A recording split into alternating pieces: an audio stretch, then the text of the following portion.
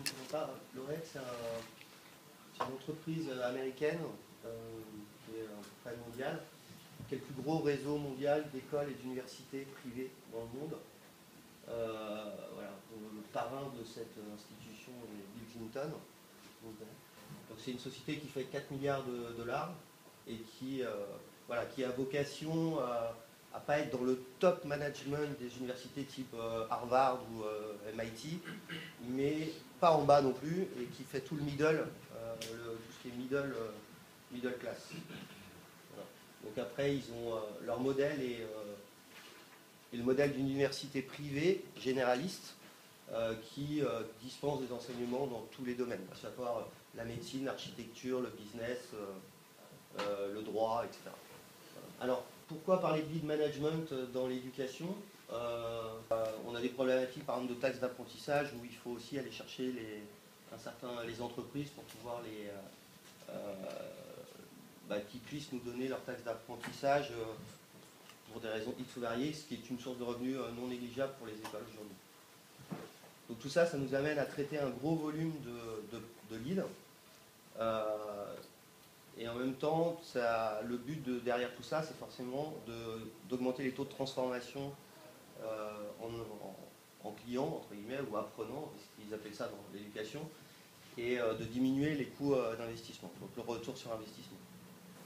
On a toujours la même chaîne de valeur, de création de valeur qui est entre le marketing, un CRM idéalement, les entreprises se dotent de plus en plus de CRM pour pouvoir, grâce à leur partie commerciale, à gérer les leads commercialement. Donc on part toujours du lead.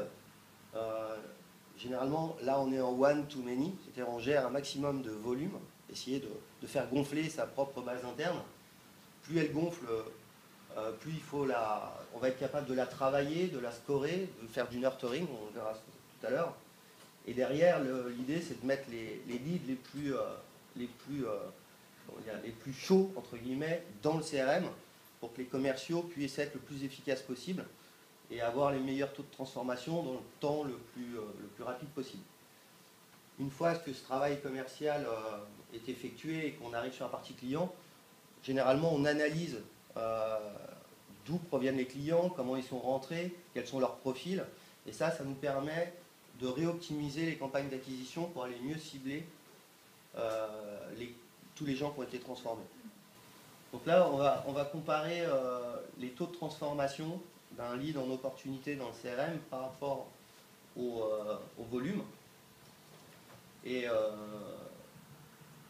donc, ce qui est intéressant de retenir, c'est que vous voyez que finalement, c'est pas toujours ceux qui génèrent le plus de volume qui ont les meilleurs taux. Donc l'idée, c'est toujours d'essayer d'avoir le meilleur mix entre le volume et le taux de transformation. Donc là, aujourd'hui, il y a un élément fondamental, c'est tout ce qui provient de notre site web a le meilleur taux de transformation, mais ça s'explique. C'est aussi parce qu'il y a aussi beaucoup de gens qui font la démarche eux-mêmes d'aller sur notre site.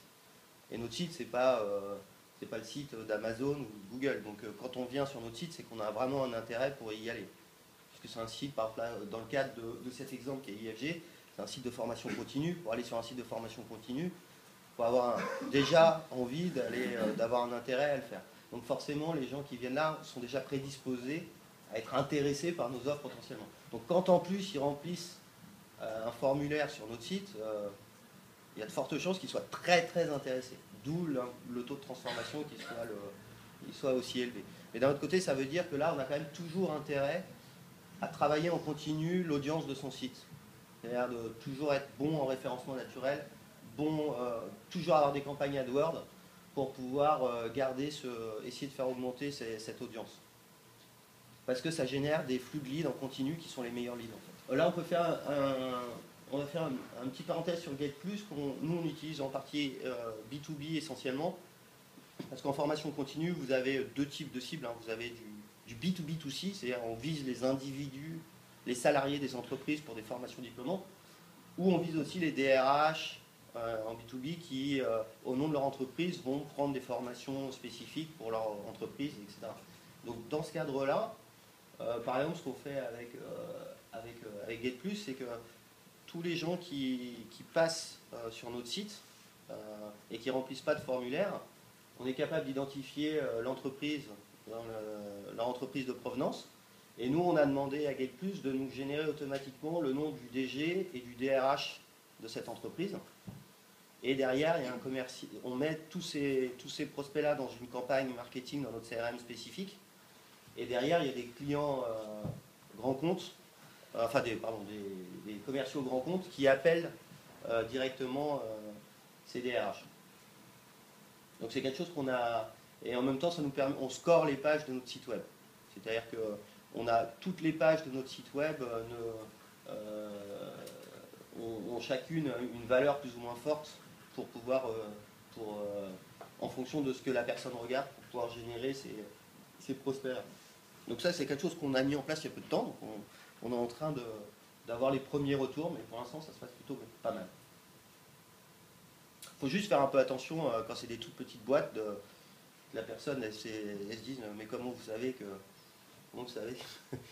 j'étais sur votre site? Si c'est Orange qui vient vous voir, vous êtes tranquille, hein, vous avez une chance sur 100 000 que ça soit la personne qui a regardé que vous appeliez. Quand c'est une boîte de 10 personnes, vous avez une chance sur 10 que la personne que vous appeliez, ça soit celle qui soit allée sur votre site. Donc après, il faut vous demander, mais comment vous m'avez retrouvé? We are watching. On va pouvoir travailler tous ces leads qui sont rentrés pour les scorer. Donc à savoir, le scoring, généralement, il est sur deux variables. Il est sur le profil de la personne et sur le comportement. C'est-à-dire que plus le profil correspond à sa cible de client et plus il interagit avec nous lors des campagnes qu'on génère sur cette base, plus son score se monte et plus le score est élevé, plus on a intérêt à le déverser dans le CRM pour que le commercial l'appelle le plus tôt possible. Et c'est une vraie discipline commerciale parce qu'il faut leur apprendre à travailler avec cet outil en fait. Et il n'y a que ça qui fait qu'au bout du compte ça marche. Mais pour moi, quand on est dans ces programmes-là, on essaye de traiter très vite beaucoup de volume. C'est du one-to-many. Et quand vous rentrez dans le CRM, on pourrait le caricaturer en disant, dès que vous êtes dans le CRM, là vous êtes dans du one-to-one. C'est-à-dire que moi, ce que je mets dans le CRM, c'est quelqu'un que je considère qui doit être contacté directement.